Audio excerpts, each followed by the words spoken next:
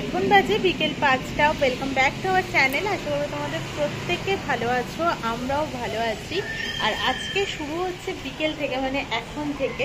বরের আর আমার একটু খিদে পেয়েছে, তাই ভাবছি যে এখন একটু পকোড়া মতো বানাবো, বেবিকর্নের পকোড়া বানাবো। আর দেখি একটুখানি পনির পড়ে রয়েছে, সেটাও বানিয়ে ফেলবো, ঠিক করেছি।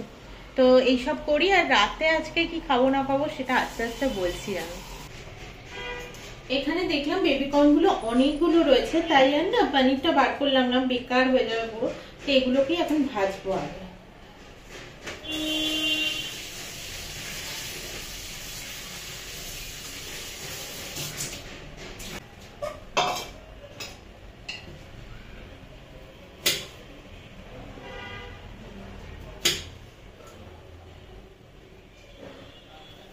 এইদিকে আমি একদিকে সেদ্ধ হতে বসেছি, আর একদিকে কড়াইটাও বসিয়েছি। আমি তেল গরম হতে থাকুক, ব্যাটারটাও করতে থাকবো।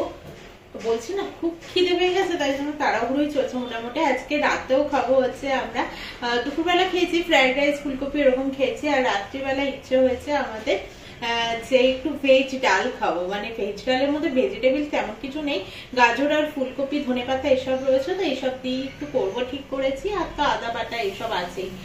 আর হচ্ছে একটু তার সাথে বেগুন ভাজা পাপড় ভাজা করে নেবো, কারণ জানোই শনিবার নিরামিষ, তাই জন্য। তো চলো ব্যাটারটা এবার বানিয়ে নিই। এখানে মোটামুটি অনেকগুলোই ভাজা হয়ে গেছে, লাস্ট ব্যাচ ভাজা চলছে। এটা হলেই ওই টস করে নিয়ে একটু মধু দিয়ে নিয়ে চলে যাবো। আর এখানে প্রেসার কুকারে বসিয়েছি মুগ ডাল সেদ্ধ, যেটা কিনা আজকে আর কালকে দুদিনের জন্য, মানে কালকের ডালটা কালকে আলাদা করে করবো, সেদ্ধটা করে রাখলাম। আর আজকে করবো ভেজ ডাল, একটুখানি কি করবো রাত্রে খাওয়ার মতো। এটা হয়ে গেছে, পুরো গরম ধোয়া উঠছে, এবার খেতে হবে শুধু। দেখো এখনো বেলা আছে, মোটামুটি এখন বেজে গেছে হচ্ছে 5:46, 5:45 মতো অলরেডি বেজেই গেছে। চলে এলাম রান্নাঘরে, কড়াইটাকে মেজেও নিয়েছি। আমরা না একটু বেরোবো, তাই জন্যই আমি এত তাড়াতাড়ি করে নিচ্ছি। রাত্রিবেলা ডালটা গরম করে নেবো, অসুবিধা হবে না। আর তো তেলের মধ্যে প্রথমে দেব শুকনো লঙ্কা ফোড়ন,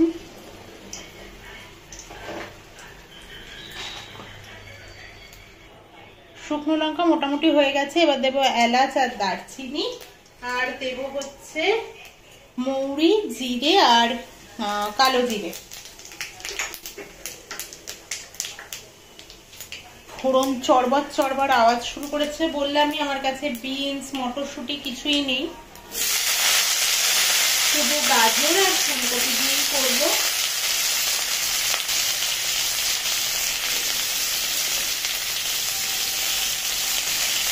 এটা একটু ভাজা ভাজা করে নেব আমি। তো মোটামুটি তো ভাজা ভাজা হয়েই এসেছে। আর আমি দেব হচ্ছে নুন পরিমাণ মতো। খুব বেশি তো আর ভাজা ভাজা করবো না, লাল হয়ে যাবে পুরো, এরকম কিছু তো করবো না। আর আদা বাটা তেজপাতা সবটাই আমি ডালটার সাথেই অ্যাড করবো। আমি চাই না আদাটা ভাজতে ভাজতে বা কষাতে কষাতে পুরো গন্ধটা চলে যাবে। একটু আদার গন্ধটা থাকলে বেশ মনে হয় যে না আদা দিয়েছি, ভালোও লাগে।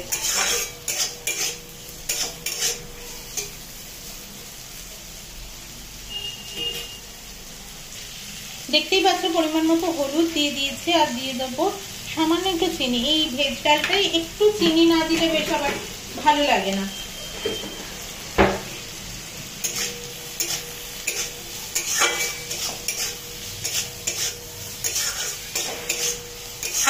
আমার না সত্যি কথা বলতে কোথাও থেকে ফিরে এসে রাতে রান্না করবো অত টেনশন নিয়ে ভালো লাগে না। তো ওই জন্য একেবারে করে নিয়েই বেরোবো। তাহলে যদি কোথাও যাইও মন্দির থেকে, তাহলেও না শান্তি থাকবে একটা, যে না ঠিক আছে করেই তো এসেছি মোটামুটি। আর এবার আমি ডালটাকে দিয়ে দেবো। দেখো ডালটার সাথেই আদা তেজপাতা আমি সব দিয়ে দিয়েছি।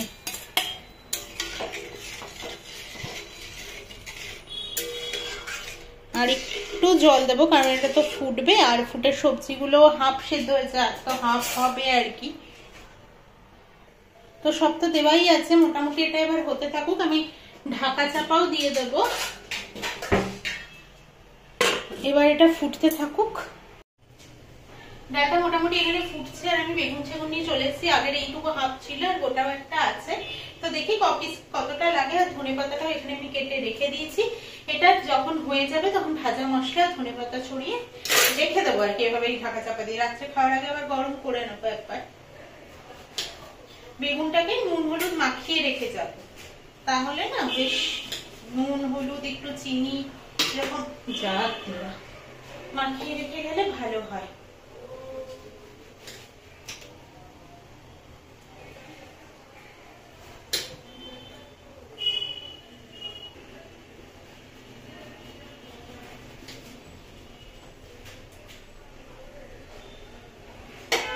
এখন তো কলকাতায় শীতের বেশ বড় বড় মোটা মোটা বেগুন গুলো বেরিয়েছে, মানে বেরোয় আর কি এই টাইমটাতেই।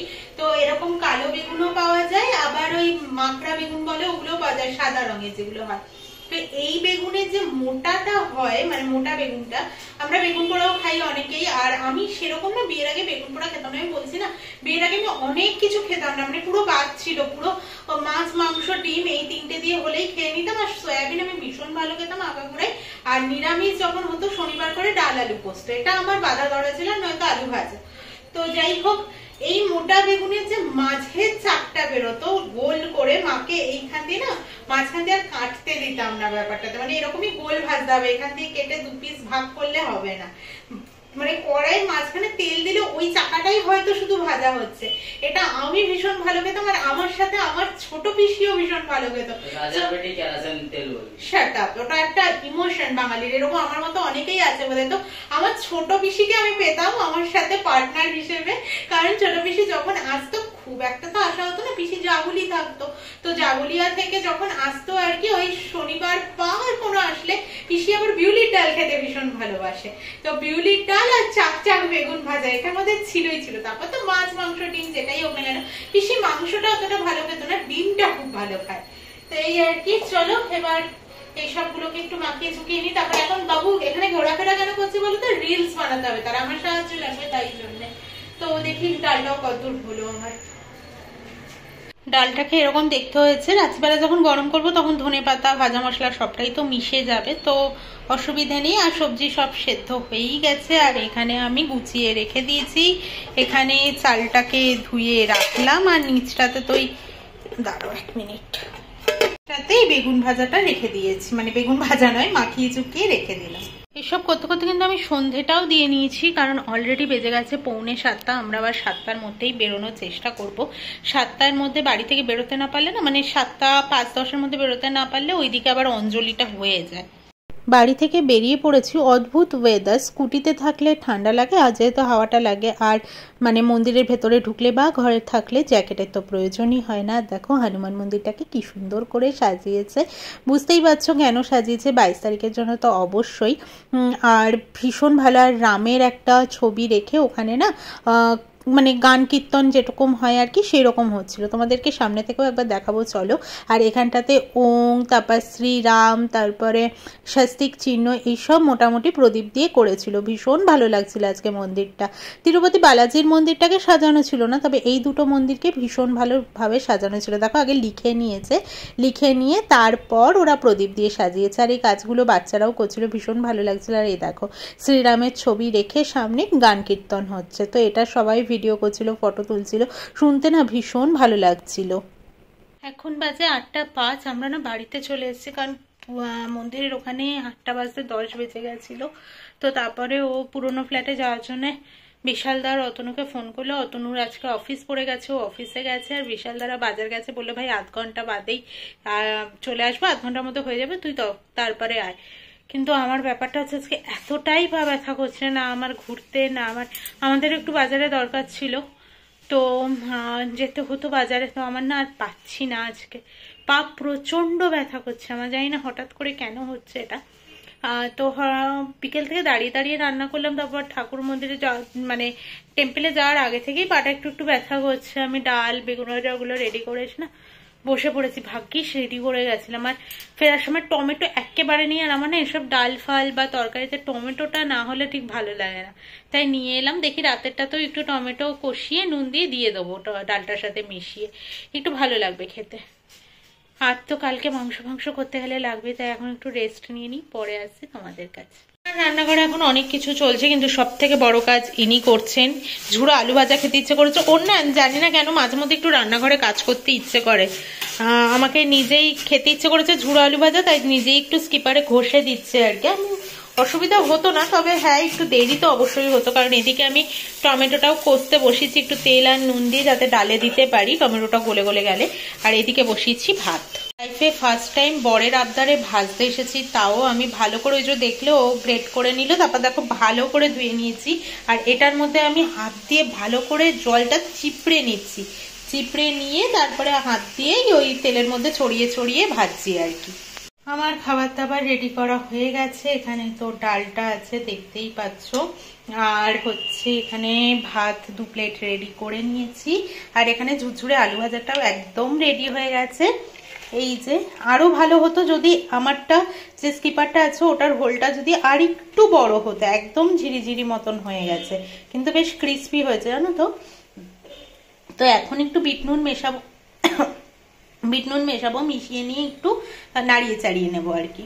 রাতের খাবারটা না জাস্ট জমে গেল। যাই হোক, আমি কালকে কিছু কাজও বলে কিছু না, প্রায় 2 বালতি জামা কাপড় আমি ভিজিয়ে দিয়েছি।